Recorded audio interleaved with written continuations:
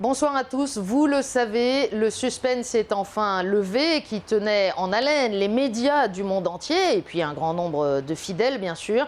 Les cardinaux ont choisi d'entrer en conclave ce mardi 12 mars. Ils ont donc fait usage du motu proprio Normas non nullas, publié par Benoît XVI dans les derniers jours de son pontificat, qui leur donnait précisément permission de ne pas respecter le délai de 15 jours normalement prévu entre le début de la vacance du siège et l'ouverture du conclave. Il y aura eu 12 jours cette fois-ci.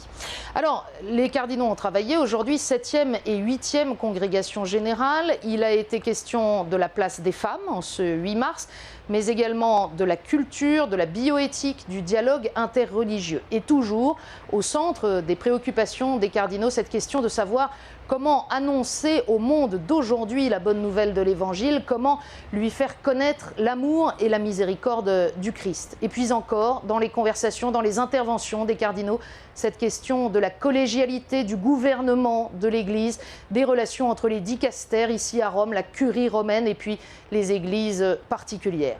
Ils sont désormais plus de 100 à avoir pris la parole au cours de ces congrégations générales. Demain, samedi, ils ont encore une séance de travail prévue dans la matinée, mais ensuite, ils seront libres de disposer de leur temps.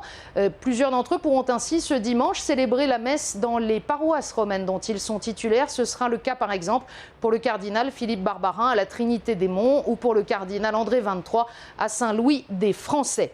On ne sait pas encore si lundi, les cardinaux choisiront de se réunir à nouveau en congrégation générale le matin et peut-être encore l'après-midi. Mais je vous invite d'ores et déjà à noter pour ce lundi 2 rendez-vous sur vos tablettes. À 18h30, à Paris, dans la cathédrale Notre-Dame, le nonce apostolique Monseigneur Luigi Ventura célébrera une messe à l'Esprit Saint à la veille de l'ouverture de ce conclave. Et puis à 20h40 sur ce plateau de KTO à Rome, vous retrouverez Étienne Loraillère pour une édition spéciale dans laquelle nous relirons tout ce que nous avons vu et entendu au cours de ce temps de préparation.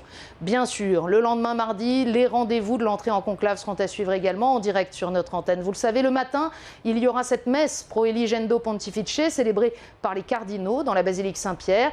Et puis l'après-midi, le rite solennel de l'entrée en conclave au chant du Veni Creator. Enfin, le soir, tous les yeux seront braqués naturellement sur la cheminée de la chapelle Sixtine qui est actuellement en cours d'installation pour observer la couleur de la fumée. Un premier vote est prévu dès le premier soir. Voilà pour les perspectives des jours à venir. Mais d'ici là, on se retrouve bien entendu demain pour tous vos rendez-vous habituels de la vacance du siège apostolique sur KTO et ktotv.com. Bonne soirée.